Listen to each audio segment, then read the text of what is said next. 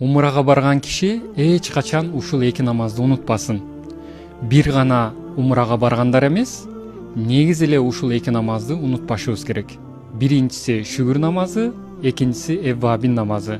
Шүгүр намазы Аллах нимат эшиктерин ачкан болсо, ал эшиктердин жабылуусун каалабасаңыз, ошол шүгүр намазын эч качан калтырбаңыз. Аллах Таала Куранда Ибрахим сүрөсүнүн 7-аятында шүгүр кылсаңар ниматымды көбөйтөм деген убадасына ылайык пайгамбарыбыз саллаллаху алейхи вассалам 8 рекет намаз окугандыгы бизге маалым.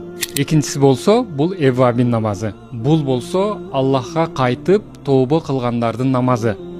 Эгерде күнөөңүздүн деңиздин көөгүндөй көп болгонун билсеңиз дагы, күндө шам намазынан кийин 6 рекет эввабин намазыны калтырбай окусаңыз, Кудай Тааламдын рахматы жана кечиримдүүлүгү сиз менен